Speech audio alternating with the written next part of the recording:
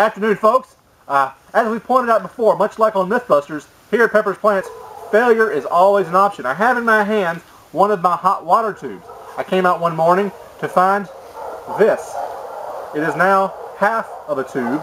It has collapsed completely. You can see up here at the junction here just how flat it is. Now, what happened? Well, only thing I can figure is when I came out there was water leaking out from up here. I came in the morning, there was no water in the pipe. What happened? I come down to the bottom level and there's water leaking out right here. Actually, there was no water in it at all. When I poured water into it, at this point I had not yet seen this part. Poured water into it, went down to the bottom, saw water leaking out.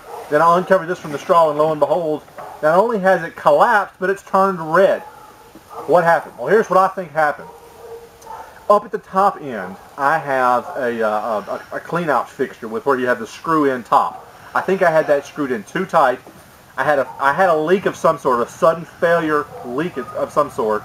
And what I think happened was that leak caused a vacuum. With the top end closed off, no air could get in. This pipe was warm, and this is that thin wall sewer pipe. I think that what happened was the warm pipe just got sucked closed, just like sucking on a straw and sucking it flat.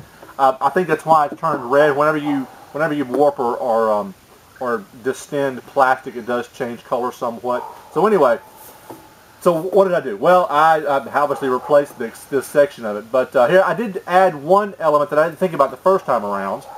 So obviously I had to replace the pipe, put in a new water heater element, which of course meant more of this various couplings. I decided I'm going to connect my water heater coupling to the pipe with one of these rubber connectors. I should have thought of this originally. Why am I doing this? Well, because at the end of the season I can disconnect this, drain the pipe, and put it away. I mean, right now the pipe is running uphill. I don't know what I was thinking originally. There was no way to pour the water out other than to lift up 30 feet of pipe and have it run uphill and pour out. So, long story short, if you're going to do this, if you're going to have a hot water tube, make sure there's some way to drain the water out at the bottom other than unscrewing the hot water heater element. So, at the end of the season, I can just unscrew this coupler here, drain the water out, and then I can put this away and store it away. So, the other reason I did this is hopefully, if it's going to fail again, I don't have to replace all of this. I don't have to replace this segment here.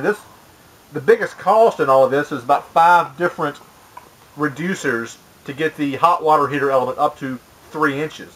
So this little, it's about $4 or $5 rubber connector here will save me some money in the future. If it ever does fail again, hopefully I'll just be replacing pipe and not this section here. So, long story short,